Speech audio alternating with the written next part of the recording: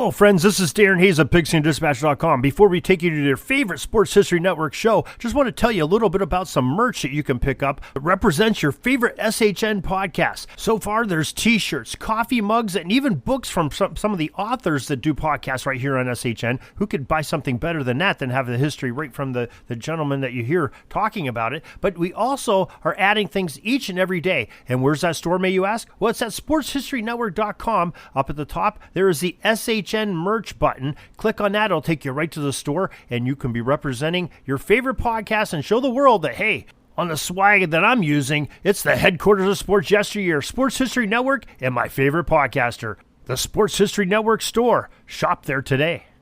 Now it's time to take a sports break, a look at sports history on a daily basis.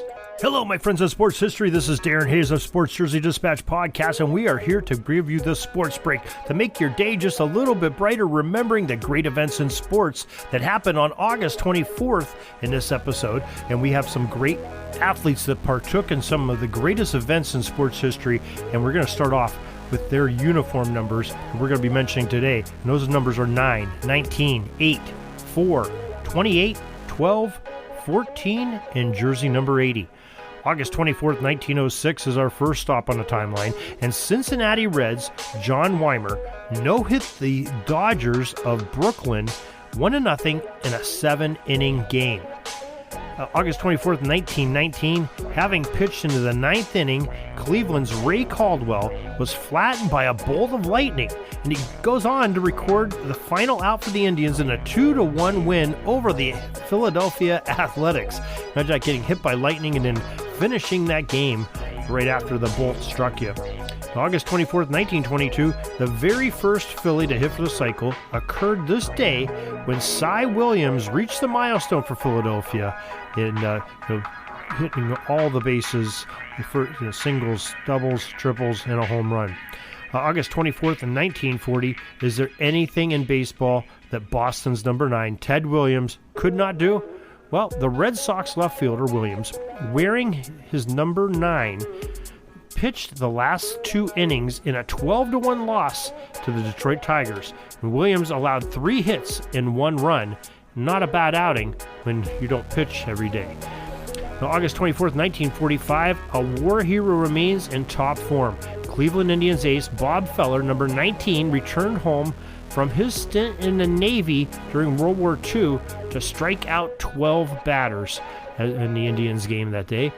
In August 24th, 1957, at the age of 17, future England soccer striker Jimmy Greaves, number 8, the legend, scored on his first division debut for Chelsea against Tottenham Hotspur in a 1-1 draw at the White Hart Lane.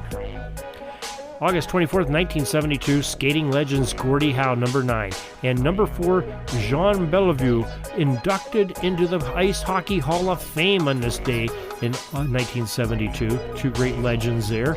August 24th, 1975, the San Francisco Giants' Ed Halicki, number 28 on his jersey, no-hit the New York Mets in a 6-0 shutout victory. August 24th, 1982, Kansas City Royals' John Watson, number 12, stole his 31st base en route to 36 total bases stolen for the season, and it was a record for the catching position to do that in a season. August 24th, 1983, the end of a great streak. Cincinnati Reds' Pete Rose, number 14, ended his consecutive games played streak at 745. August 24th, 1906, after signing a one-day contract with the San Francisco 49ers, number 80, Jerry Rice, officially retired from the National Football League. If you remember, after leaving the 49ers, he ended up going and playing for the Raiders, and I believe he played for one other team. Might have been the Seahawks or somebody like that, but I know he definitely played for the Raiders, played in their Super Bowl. It's on the same squad with Mr. Tim Brown. Had quite a receiving core there. Rich Gannon was the quarterback, John Gruden as the coach. But that's our great history that we have today for this August 24th. I hope you enjoy this history. Hope you join us each and every day for more great sports history on the Sports Break here from the Sports Jersey Dispatch podcast. Also, you can find more sports history, SportsHistoryNetwork.com, 30 podcasts of sports history, bringing you, some thousands of hours of great listening pleasure. It's always good. It's always green. It's always evergreen because it's history. It never expires. It's not like a bottle of milk in your fridge, you know. And you can also go to PigskinDispatch.com and JerseyDispatch.com. And don't forget about OrvilleMulligan.com, where we have our Orville Mulligan Sports Writer audio drama that myself and Oz Davis produce with our Number 80 Productions team, and we have some very talented actors and some great storylines there talking about sports history in a little bit different light in an audio drama. You know, it's a podcast, but it's telling some truth with mixed in with a little bit of fiction.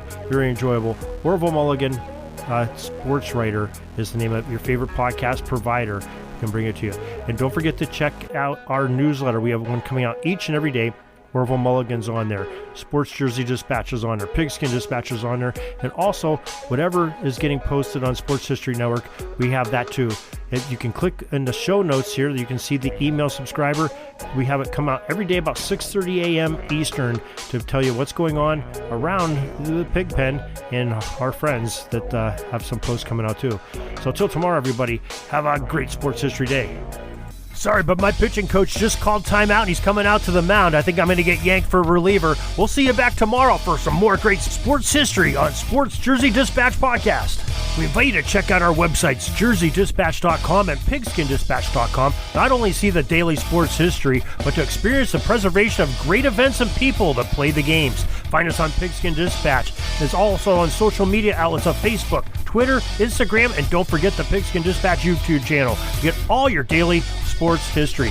Pigskin Dispatch is happy to be associated with the Sports History Network, the sports headquarters of yesteryear, found at sportshistorynetwork.com. This podcast is part of the Sports History Network, your headquarters for the yesteryear of your favorite sport. You can learn more at sportshistorynetwork.com.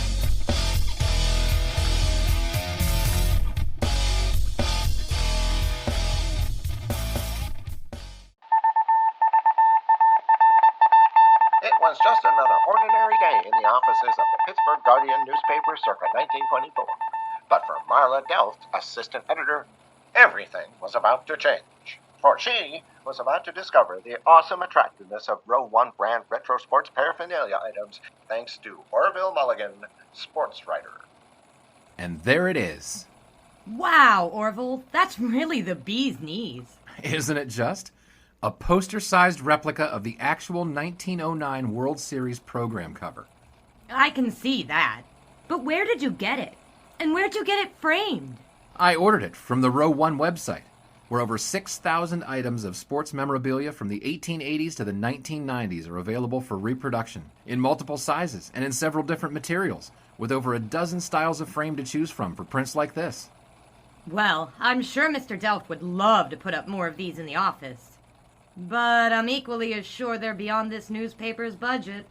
Not at all, my dear Marla. See for yourself. Go to sportshistorynetwork.com/row1. sportshistorynetwork.com/row1. Oh my, these are good prices. Oh, and look at this stuff.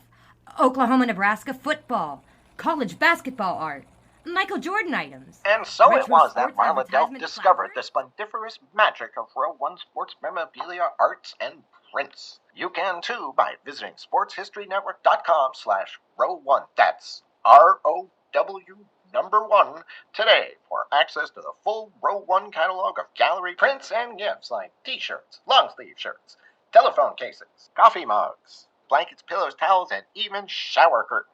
Act today for 15% discount off all prints with coupon code SHN15 and 20% off all other items with coupon code SHN20 at checkout.